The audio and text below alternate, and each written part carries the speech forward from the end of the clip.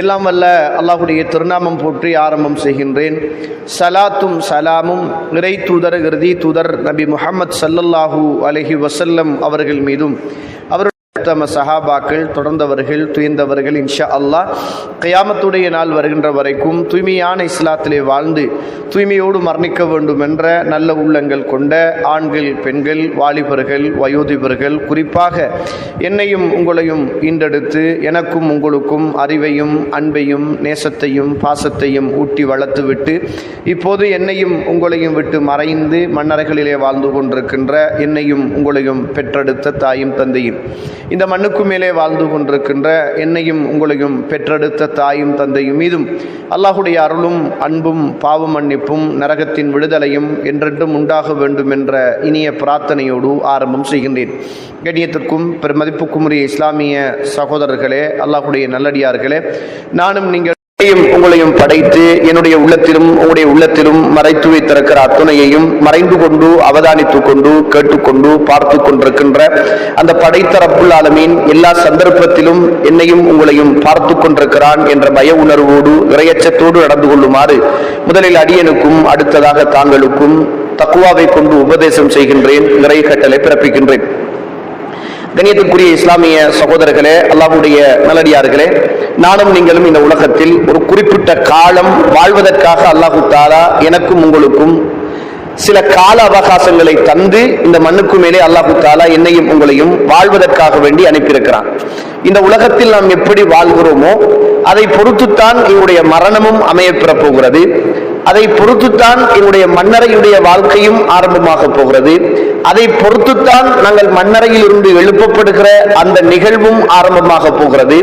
அதை பொறுத்துத்தான் நல மறுமையுடைய அத்துணை நிகழ்வுகளும் நல்லதா கெட்டதா என்பதெல்லாம் இந்த உலகத்தில் எங்களுக்கு தரப்பட்டிருக்கின்ற 20 வருஷமோ 30 வருஷமோ 40ஓ 50ஓ 60ஓ இந்த காலத்துக்குள்ள எப்படி எங்களோட காலத்தை இந்த உலகத்துல நாங்க வாழ்ந்து கழிக்கிறோமோ அது போன்றுதான் நாளை மறுமையிலும் என்ன செய்யலாம், அந்த அங்க மௌத்துல்லாத, கஷ்டங்கள் இல்லாத, துன்பங்கள் இல்லாத வாழ்வுக்கு நாங்க இந்த உலகத்தில் எங்களை தயார்படுத்த போகிறோமா, அல்லது துன்பங்கள் நிறைந்த மௌத்தில்லாத வேதனை உள்ள ஒரு வாழ்வுக்காக இந்த உலகத்தை நாங்கள் பயன்படுத்த போகிறோமா என்பது நாங்கள் இந்த உலகத்துல வாழ்ற இந்த வாழ்க்கையை பொறுத்து தான் என்ன செய்ய போகிறது, அந்த மறுமையுடைய வாழ்க்கை ஆரம்பிக்க போகிறது. அல்லாஹு தஆலா எங்களுக்கு பலதரப்பட்ட நலவுகளை இந்த உலகத்திலே அல்லாஹு தஆலா வைத்திருக்கிறார். பலதரப்பட்ட கண்காணிப்பு, அல்லாஹு தஆலா நம்மளை பார்க்கிற விதம், நம்மளை கண்காணிக்கிற விதம், நம்மளோடு அல்லாஹு தஆலா இந்த உலகத்துல மலக்கையும் சேர்த்து படைத்து ஷைத்தானையும் சேர்த்து படைத்துத்தான் இந்த உலகத்தில் அல்லாஹு தஆலா நம்மளை வாழ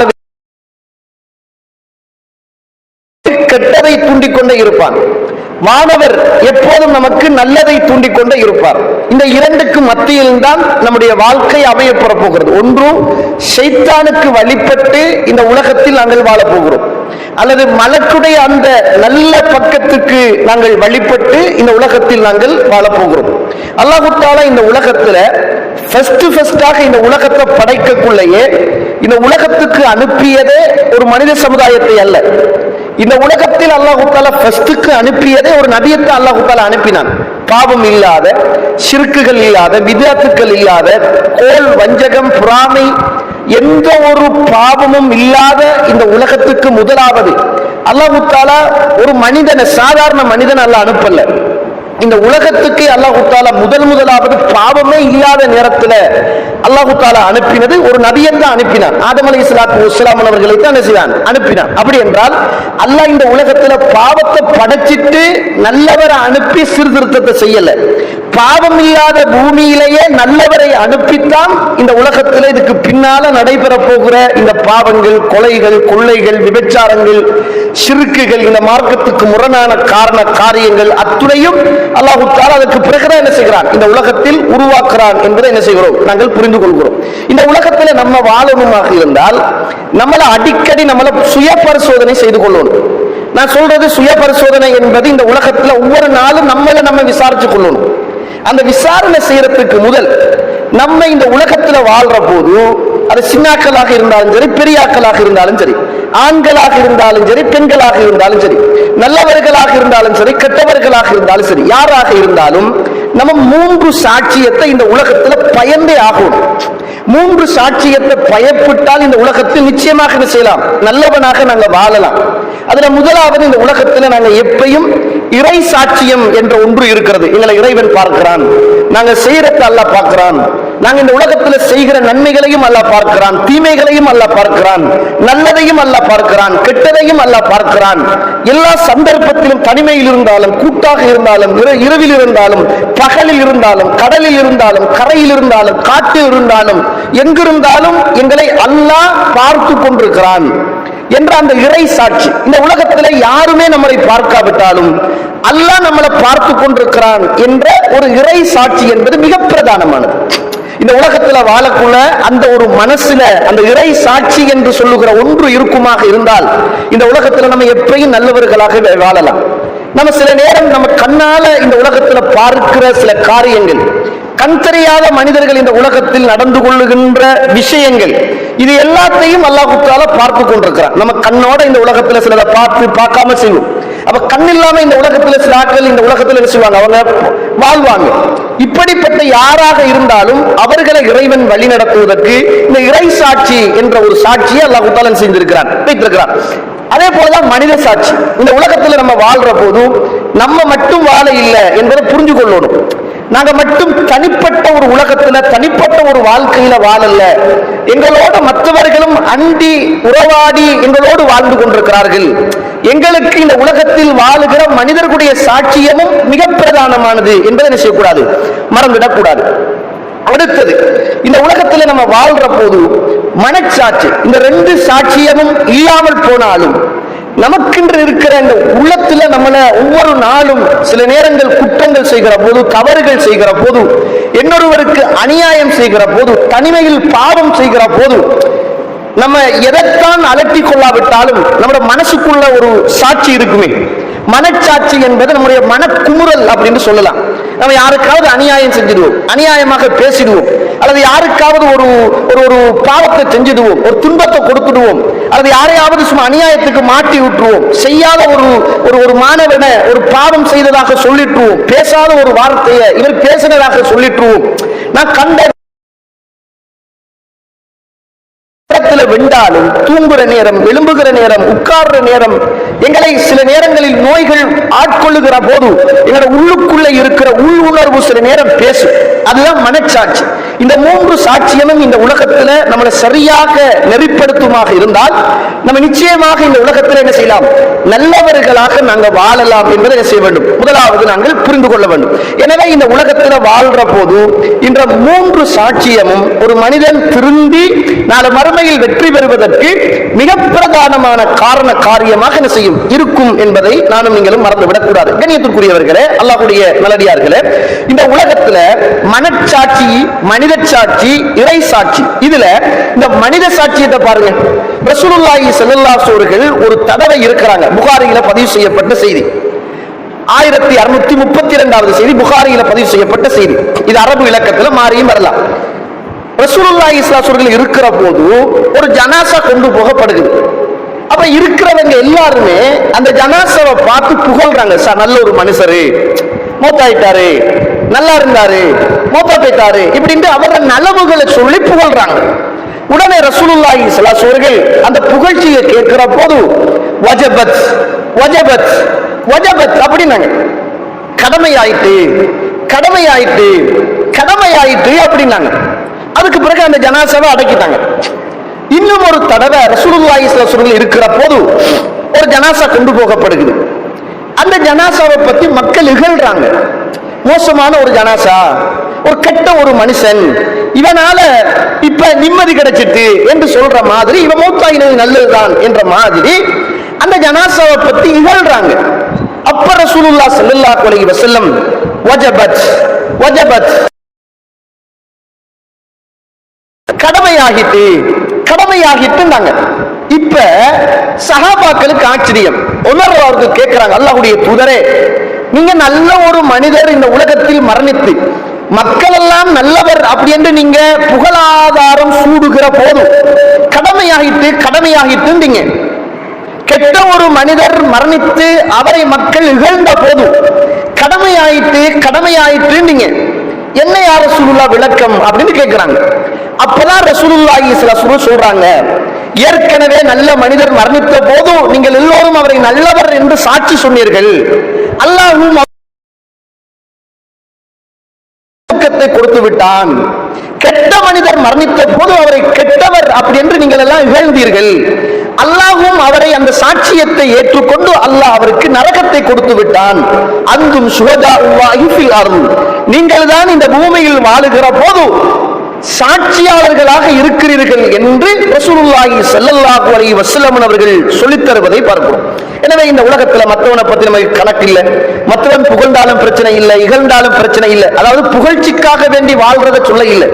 நம்ம இயல்புலையே நல்லவனாக இந்த உலகத்துல சமூகத்துக்கு பயனுள்ளவனாக இந்த உலகத்துல வாழ்ற நேரம், நம்ம படிக்கிற போது நல்ல மாணவனாக இருக்கிற நேரம், நம்ம இந்த சமூகத்துல படிச்சு முடிஞ்சு ஒரு நல்ல ஒரு பிரஜையாக வாழ்ற நேரம், நல்ல தந்தையாக, நல்ல உறவாக, நல்ல தம்பியாக, நல்ல ஒரு ஆசிரியராக, நல்ல ஒரு அதிபராக, நல்ல ஒரு ஆட்சியாளராக இந்த மண்ணுக்கு மேல நம்ம எல்லாம் வாழுகிற போது நம்ம மௌத்தாகியதற்கு பிறகு நம்ம நல்ல நோக்கத்துல இஹ்லாஸோடு வாழ்ந்த அந்த வாழ்க்கை இருக்கு தானே, அந்த வாழ்க்கையை பத்தி இந்த உலகத்துல உள்ள மக்கள் சொல்லுகிற சாட்சியம் என்பது அது நம்மளை சுவர்க்கத்துக்கு கொண்டு போய் சேர்க்கிற சாட்சியம் என்பதை மறந்துடக்கூடாது. அவன் கிடக்கிறான், அவன் புகழ்ந்தா என்ன இகழ்ந்தா என்ன, அவன் எல்லாருக்கும் அப்படித்தான் என்று மற்றவங்களை நானும் என்ற பாடும் உண்டு என்று இந்த உலகத்தில் வாழ்வது என்பது ஒரு மனிதனுடைய வாழ்க்கை அல்ல.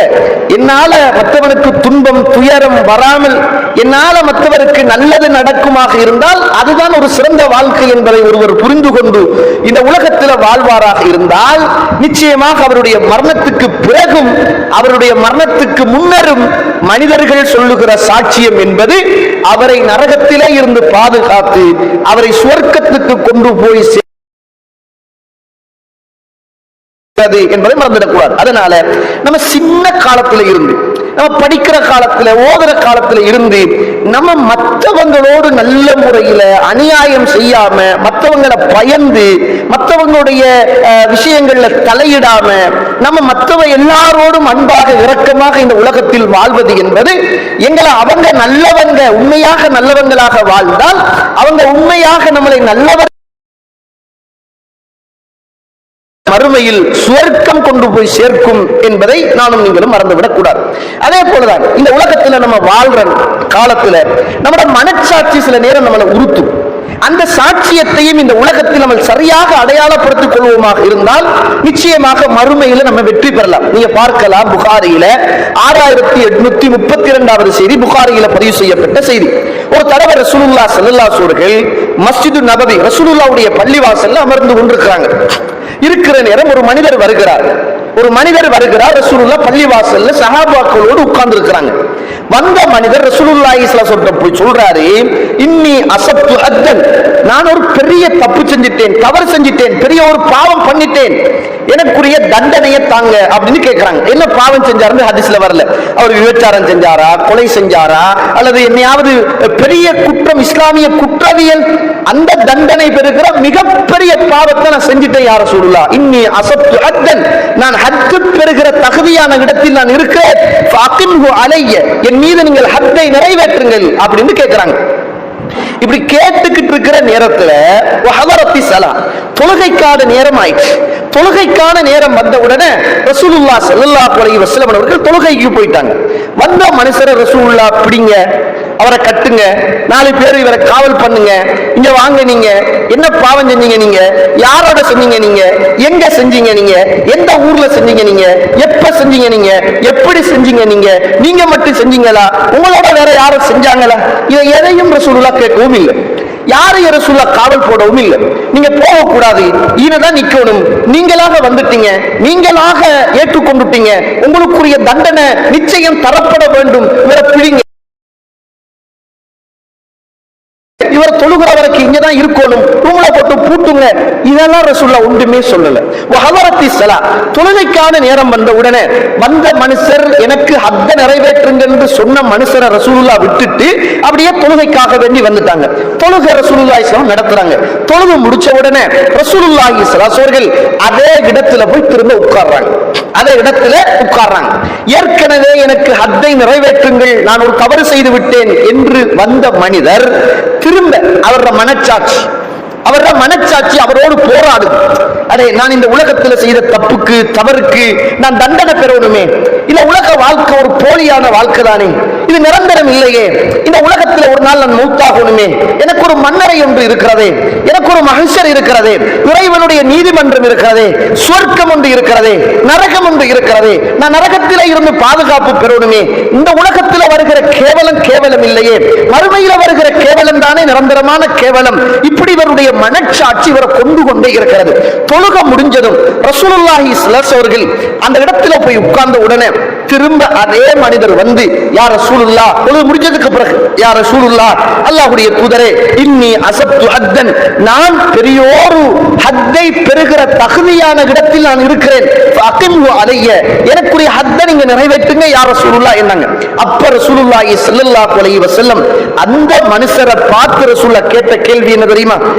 இப்ப நீங்க எங்களோடு சேர்ந்து தொழுவீர்களா என்று கேட்டாங்க.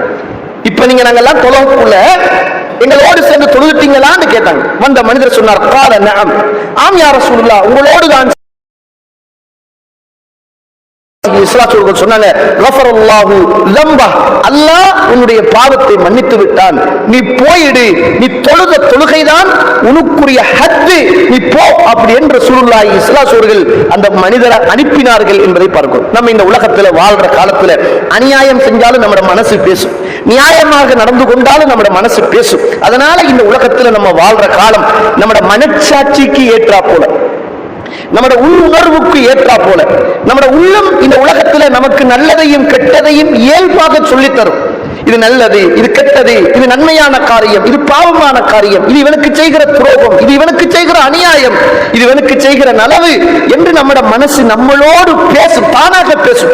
அது குர்ஆனை இந்த உலகத்தில் படிச்சாலும் சரி, படிக்காட்டியும் சரி, மார்க்கம் அறிந்தாலும் சரி, அறியாட்டியும் சரி, இந்த இயல்பான மார்க்கம் தானே. குல்லு மௌலூத் யூலது அலா ஃபித்ரா தானே, இது இயற்கையான மார்க்கம் தானே. அந்த இயற்கை என்று சொல்லுகிற அந்த மனச்சாட்சி, அவன் யாராக இருந்தாலும், எந்த மதமாக இருந்தாலும், அவனுக்குள்ள இருக்கிற அந்த உணர்வு மனச்சாட்சி அவனோடு பேசும். அது சரியாக இந்த உலகத்தில் ஒரு மனிதன் அந்த மனச்சாட்சியையும் சரியாக எடுத்து வாழ்வானாக இருந்தால் நிச்சயமாக அவன் இந்த மண்ணுக்கு மேலே நல்லவனாக வாழ்வான் என்பதில் எள்ளில் முனையளவு கூட சந்தேகம் கிடையாது. அடுத்தது இறை சாட்சி. அல்லாஹ் எங்களை பார்த்து கொண்டிருக்கிறான் என்று சொல்லுகிற அந்த இறை சாட்சியம் என்பது மிகப்பெரிய ஒரு சாட்சி. நம்ம செய்தாலும் அல்லாஹ் எங்களை எந்த நேரமும் கண்காணித்துக் கொண்டிருக்கிறான். அவன் தூங்க மாட்டான், அவனுக்கு பசி கிடையாது, அவனுக்கு தாகம் கிடையாது, அவனுக்கு சிறு தூக்கமோ பெரு தூக்கமோ கிடையாது, அவன் எல்லாவற்றையும் பார்க்கிறான் என்று சொல்லுகிற அந்த அஸ்மா வசிஃபாத் அல்லாஹ் பற்றி நேரம் மூணா பிரிச்சு உலுஹியா, ருபூபியா, அஸ்மா வசிஃபாத், அல்லாஹ்வுடைய அந்த பண்புகள், பெயர்கள், நாமங்கள், அது எங்கட வாழ்க்கையில இறை சாட்சியத்தை எந்த நேரமும் உறுதிப்படுத்தும். அதுல உள்ள நலவு என்ன தெரியுமா? அஸ்மா வசிஃபாத் படிக்கிறதால நமக்குள்ள ஒரு பெனிஃபிட் என்ன தெரியுமா? அல்லாஹ் நம்மளை எப்படியெல்லாம் கண்காணிக்கிறான், எப்படியெல்லாம் பார்க்கிறான் என்ற அந்த பண்பு. அல்லாஹு சமீஅ், அல்லாஹ் எல்லாத்தையும் கேட்டுக் கொண்டிருக்கிறான். அல்லாஹு பசீர், அல்லாஹு தஆலா பார்த்து கொண்டிருக்கிறான். இந்த உலகத்துல சிசிடி கேமரா, உலகத்தில் உள்ள சிசிடி கேமரா, புட்சிட்டிக்கு போனா, ஹில்ஸுக்கு போனா, ஏதாவது ஒரு சூப்பர் மார்க்கெட்டுக்கு போனா போட்டுக்கிற கேமராவுக்கு பயப்படுறோமே.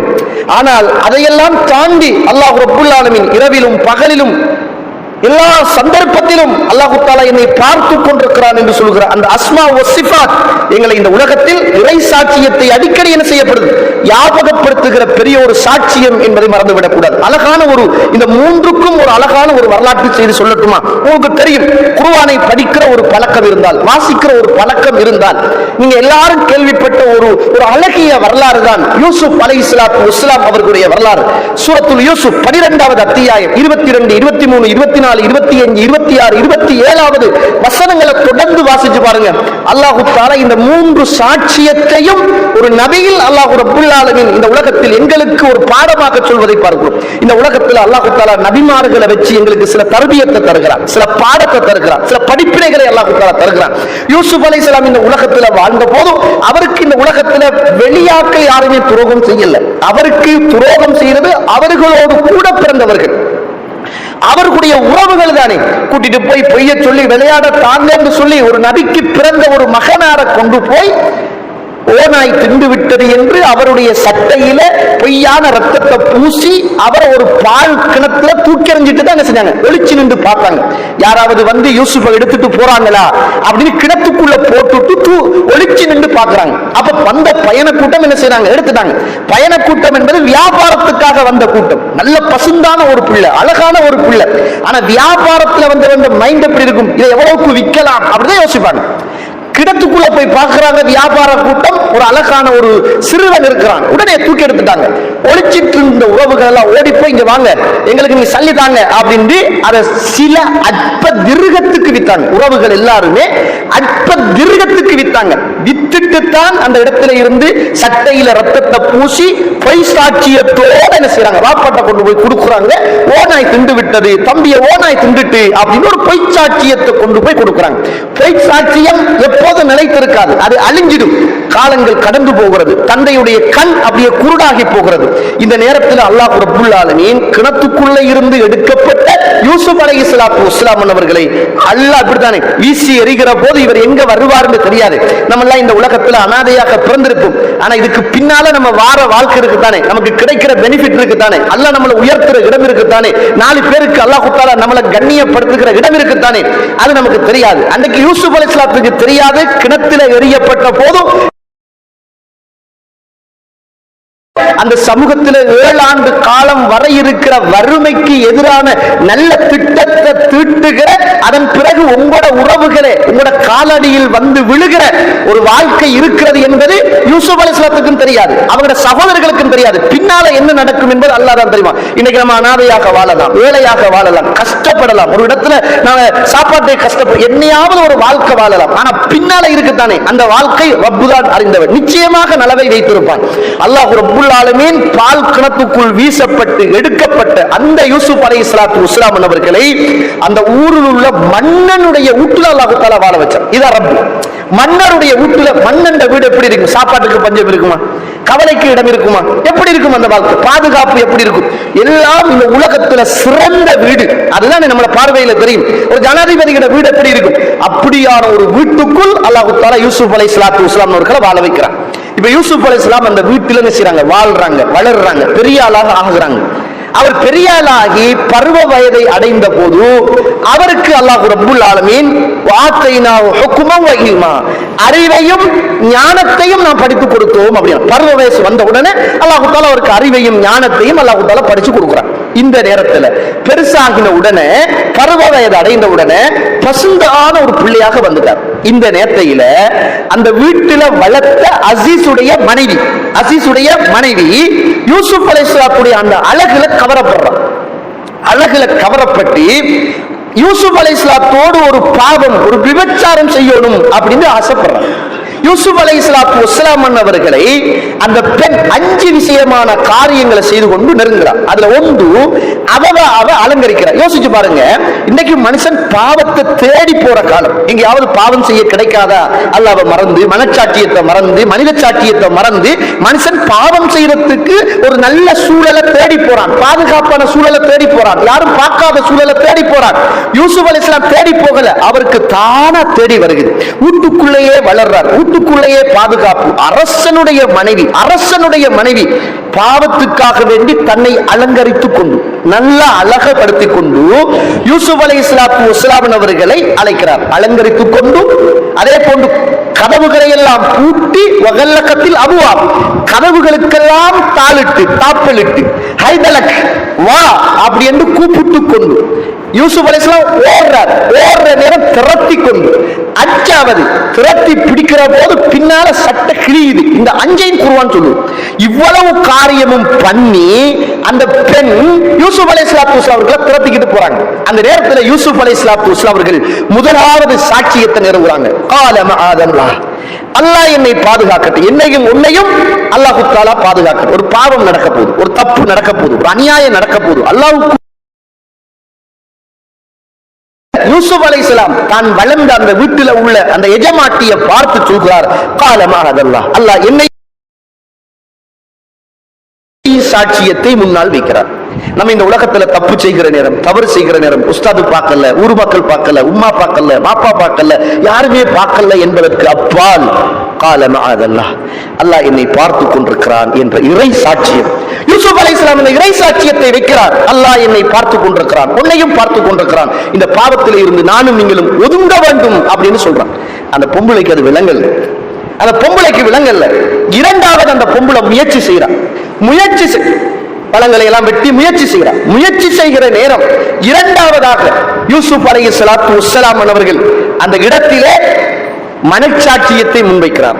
அவர் சொல்றார், இன்னஹு ரப்பி அஹ்ஸன மதுவாய, என்னுடைய எஜமான், இந்த வீட்டுடைய சொந்தக்காரன் அசீஸ், என்னை வளர்த்து எடுத்து எனக்கு வாழ்வு தந்து, உணவு தந்து, உடை தந்து, பாதுகாப்பு தந்து, நான் கிணத்தில் வீசப்பட்ட ஒரு அனாதை சிறுவனாக இருந்து என்னை அவ்வளவு பாதுகாப்பாக எடுத்து அவருடைய வீட்டில் என்னை வளர வைத்து எனக்கு உண்ண தந்து, உடுக்க தந்து, உணவு தந்து, இத்துணையும் தந்த அந்த எஜமானுடைய மனைவி நீ, அவருக்கு நான் எப்படி நான் துரோகம் செய்வேன்? அவர் எனக்கு நல்ல வாழ்க்கையை தந்திருக்கிறார். மனச்சாட்சியோடு மனச்சாட்சியத்தை வைக்கிறார். முதலாவது இறை சாட்சியத்தை வைத்தவர் செல்லுபடி, என்னையும் உன்னையும் நல்லா வாழ வச்சிருக்கிறார், எனக்கும் உனக்கும் பாதுகாப்பு தந்திருக்கிறார், உண்ண தந்து, உடை தந்து, உடுக்க தந்து, எல்லாத்தையும் தந்த அந்த எஜமானுக்கு நான் என்ன துரோகம் எப்படி செய்ய முடியும் என்று மனச்சாட்சியத்தை முன்வைக்கிறார். மனச்சாட்சியமும் விடுபட்டு போகிறார். மூன்றாவதாக அந்த பெண் யூசுப் அலைஹிஸ்ஸலாத்து வஸ்ஸலாம் அவர்களை திரட்டிக் கொண்டே வருகிறார். விடல, திரட்டிக் கொண்டே வருகிறார். வந்த போதுதான் யூசுப் அலைஹிஸ்ஸலாத்துடைய பின்பக்கமாக பிடிச்சு இழுத்த போது முதுகு சட்டை அப்படியே கிழிகிறது. இந்த நேரத்தில் வஷஹித ஷாஹிதும் மின் அஹ்லி, அவர்களுடைய குடும்பத்திலே இருந்த, அசீசுடைய குடும்பத்திலே இருந்த ஒருவர் வந்து சாட்சியம் சொன்னார். மனித சாட்சி. என்ன சாட்சி? முன்பக்கமாக கிழிந்திருந்தால் இது யூசுஃபுடைய தவறு, பின்பக்கமாக கிழிந்திருந்தால் இது அசீசுடைய மனைவியுடைய தவறு என்று மனித சாட்சியம் முன்வைக்கப்படுகிறது. அல்லாஹ் தஆலா இந்த வரலாறுல இந்த மூன்று சாட்சியத்தையும் கொண்டு வருகிறார். மனச்சாட்சி, மனித சாட்சி, இறை சாட்சி. இந்த மூணையும் கொண்டு வந்து பாதுகாப்பு தேடுகிற நேரத்தில் கூட இந்த மூன்று சாட்சியமும் தோத்து போகலாம், சில நேரம் தோத்து போகலாம். ஆனால் நிச்சயமாக மனித சாட்சியும் இறை சாட்சியும் ஒரு காலமும் தோக்காது. மனைவி பாரு, உன்னுடைய மனைவியோட எவ்வளவெல்லாம் தவறா நடக்க பார்க்கிறா இந்த ஆள் அப்படி என்று சொல்லி இவருக்கு நல்ல தண்டனை கொடுக்கணும் அல்லது இவரை சிறையடிக்கணும் அப்படி என்று மனைவி சொல்றார். தப்பு செய்யாத மனிதர் தண்டனை, கௌரவம், அந்தஸ்து, ஊரு, அரசனுடைய மனைவி இப்படியான புகழாரம் பெற்ற அந்த குடும்பத்தில் இப்படி ஒன்று நடந்து கேவலப்பட்டு பேர் வந்த கேவலமாயிடும். அதனால அவ சொல்றா, இவரை பிடிச்சு கொண்டு சிறையில் அடைக்கணும் அல்லது இவருக்கு சிறந்த பாடம் படிப்பிக்கணும் அப்படின்னு சொன்ன போது அந்த நேரத்தில் யூசுப் அலைஹிஸ்ஸலாத்து வஸ்ஸலாம் அவர்கள் அந்த நேரத்தில் அல்லாஹ் கிட்ட துஆ கேக்குறாங்க, யா அல்லாஹ், இருக்கிற இந்த சுவண்டியான சந்தோஷமான வாழ்க்கையை விடவும் எனக்கு விருப்பமான வாழ்க்கை எனக்கு சிஜின், நான் அதைத்தான் விரும்புகிறேன் அப்படி என்று அல்லாஹ் கிட்ட துஆ கேட்டார். இந்த பாவம் வேணாம், இந்த நல்ல வாழ்க்கை வேணாம், எனக்கு சிறைச்சாலை தான் எனக்கு சந்தோஷம், என சிறைக்கு அனுப்பிடு அப்படின்னு யூசுப் அலைஹிஸ்ஸலாம் மூன்று சாட்சியமும் நிறுவப்பட்டு அது தோத்து போன போது கூட எனக்கு நீ ஜெயிலை தா என்று அல்லாஹ் கிட்ட கேட்கிறார். அல்லாஹ் தஆலா கொடுக்கிறார். இந்த ஜெயிலுக்குள்ள வாழ்ந்துகிட்டு இருக்கிற காலம் தான் அந்த மன்னர் கனவு காணுகிறார். மன்னன் தானே அநியாயமாக தானே இவரை ஜெயிலுக்குள்ள போனது. மன்னர் கனவு காணுகிறார். 7 கொளுத்த மாடுகள், 7 மெலிந்த மாடுகள், 7 நல்ல பசுமையான கதிர்கள், 7 காய்ந்து போன கதிர்கள். இந்த கனவை காண்ற போது கனவுக்கு விளக்கம் தர்றான் மன்னன். யார்கிட்டையும் கிடைக்கல. யூசுப் அலைஹிஸ்ஸலாத்து வஸ்ஸலாம் அவர்கள் விளக்கம் சொல்றாங்க. 7 வருஷம் இந்த மண்ணுக்கு மேலே பஞ்சம் வரப்போகிறது, அதை பாதுகாக்கிற திட்டம் எனக்கிட்ட இருக்குது என்று யூசுப் அலைஹிஸ்ஸலாத்து வஸ்ஸலாம் தந்த மனச்சாட்சியம் தோத்த போதும், இறை சாட்சியம் தோத்த போதும், மனித சாட்சியம் தோத்த போதும் உலகத்துல நம்ம வாழ்ற நேரம் மக்கள் யாரும் எனக்கு அநியாயம் இழைக்கப்பட்டது என்பதற்காக மக்கள் யாரும் அநியாயமாக சோதிக்கப்படக்கூடாது என்ற அந்த உயர்ந்த நல்ல பண்பு ஜெயிலுக்குள் இருந்து கொண்டே அந்த மக்களை பாதுகாப்பதற்கான திட்டத்தை வகுக்கிறார்.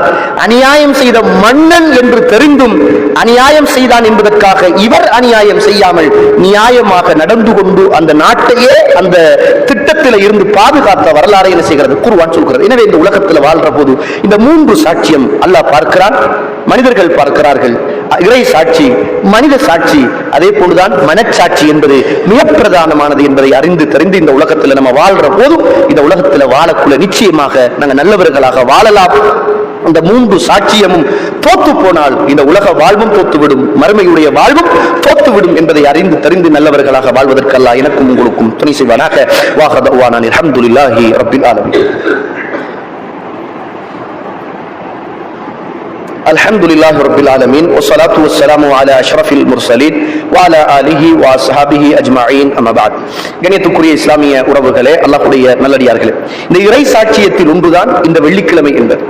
இந்த ஊர்ல அல்ஹம்துலில்லாஹ் எங்கேயும் இல்லாத அளவுக்கு குர்ஆன் சுன்னா அடிப்படையில் ஒரு குத்பா இந்த இடத்துல நடக்குது.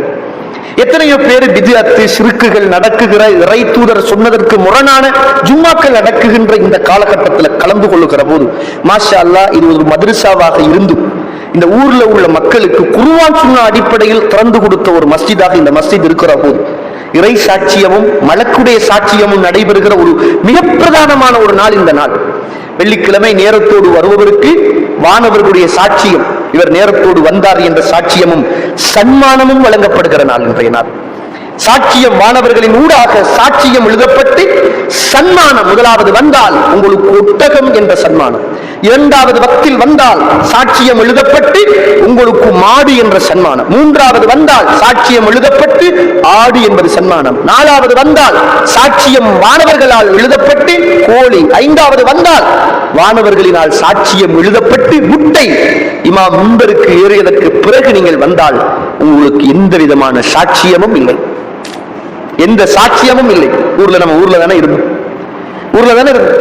நம்ம வீட்டுல ஒரு மையத்து நடக்கலையே, பயணம் போகலையே.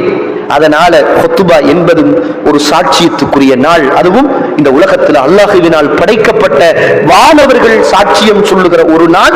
இது நம்முடைய வாழ்க்கையில மிக பிரதானமான நாள் என்பதை அறிந்து கொண்டு நம்மளும் ஜும்மாவுக்கு வருவதோட நம்முடைய உறவுகள், நம்முடைய நண்பர்கள் அவர்களையும் அழைத்து வந்து தூய்மையான குத்பாவுல கலந்து கொண்டு அந்த வானவர்களின் சாட்சியத்தில் நாங்களும் பதிவு செய்ய வேண்டும் என்ற அந்த உணர்வை என்ன செய்ய வேண்டும், இந்த குத்பாவில் நானும் நீங்களும் படித்துக் கொள்ள வேண்டும். அதை இந்த ஜும்மாவுல ஒரு உறுதியான முடிவாகவும் எடுத்துக்கொள்ள வேண்டும். ஒரு தடவை உமர் ரலியல்லாஹு அன்ஹுடைய மகனார் அப்துல்லாஹ் இப்னு உமர் ரலியல்லாஹு அவர்கள் ஒரு தடவை அப்படியே வார போது ஒரு ஆட்டிடையன் நிற்கிறாங்க. இது அதபுல் முஃப்ரத், இமாம் புகாரி ரஹிமஹுல்லாஹ் அவர்களுக்குரிய அதபுல் முஃப்ரத்ல பதிவு செய்யப்பட்ட ஒரு செய்தி. இருக்கிற போது அப்துல்லாஹ் இப்னு உமர் அவர்கள் பிஅனி, நீ மேய்ச்சிக்கிட்டு இருக்கிற ஆட்டில் ஒரு ஆட்டை எனக்கு வித்துடு அப்படின்னு கேட்கிறாங்க. எனக்கு தான், நான் சல்லிய தாரேன் அப்படின்னு கேட்கிறாங்க. உடனே அந்த ஆட்டிடையன் சொல்லுகிறான், நான் இந்த ஆட்டை எப்படி தருவது? இது எனக்குரியது அல்ல, இது என்னுடைய எஜமானனுடையது. நான் கூலிக்காக வேண்டி இந்த ஆடுகளை நான் மேய்த்துக் கொண்டிருக்கிறேன் அப்படி என்று அந்த ஆட்டிடையன் சொல்கிறான். அப்துல்லாஹ் இப்னு உமர் ரலியல்லாஹு அன்ஹு அவர்கள் ஆட்டிடையன்ட்ட சொல்றாங்க, குல் லிசாஹிபிஹா லிசாஹிபிஹா, உன்னுடைய எஜமான்ட்ட சொல்லு, அக்கலஹ திஅப், ஓநாய் தின்று விட்டது, ஒரு ஆட்டை ஓநாய் தின்றுட்டு அப்படின்னு பொய் சாட்சியம் சொல்லு அப்படின்றார். அவன் சொல்றான், ஆட்டிடையன் சொல்றான், ஐனல்லாஹ், ஓகே, நான் ஒரு ஓநாய் ஆட்டை தின்று விட்டது என்று நான் சொல்லுகிறேன், நான் பொய் சொல்லலாம், ஓநாய் தின்று விட்டதாக சாட்சியம் சொல்லலாம், எஜமான் நம்பிவிடலாம், ஒரு ஆட்டை உங்களுக்கு தந்து விடலாம், நான் சில காசுகளை பணத்தை வாங்கி என் பைகளை நிரப்பிக் கொள்ளலாம். ஆனால் ஐனல்லாஹ், அப்துல்லாஹ் இப்னு உமரே, அல்லாஹ்வுடைய சாட்சியம் எங்கே இருக்கிறது என்று கேட்டபோது பக்கா இப்னு உமர் ரலியல்லாஹு அன்ஹு, அப்துல்லாஹ் இப்னு உமர் அவர்கள் மாலம்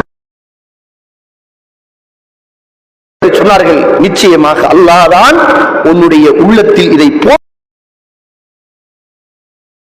மேட்டில, வெயில்ல, மழையில அற்ப ரூபாய்க்காக வேண்டி ஆடுகளை மேய்த்துக் கொண்டு வாழ்ந்த ஒரு ஆட்கிடையனுக்குள்ள அந்த சாட்சியம் என்பது நம்முடைய வாழ்க்கையில இல்லாமல் போனால் நாம் எவ்வளவு பெரிய துரதிர்ஷ்டவச மக்களாக இந்த உலகத்தில் வாழ்ந்து கொண்டிருக்கிறோம் என்பதை மறந்துவிடக்கூடாது. அதனால ஒவ்வொரு வாழ்க்கையிலேயும் குடும்ப வாழ்க்கை, சமூக வாழ்க்கை, வியாபாரம், படிப்பு, மாணவர், பெரியவர், ஆசிரியர் எல்லாருக்கும் பொதுவான ஒரு விஷயம்தான் இந்த 3 சாட்சியம். நம்ம செய்கிற கடமை மனச்சாட்சி, நம்ம செய்கிற கடமை மனித சாட்சி, நம்ம செய்கிற கடமை இறை சாட்சியம்.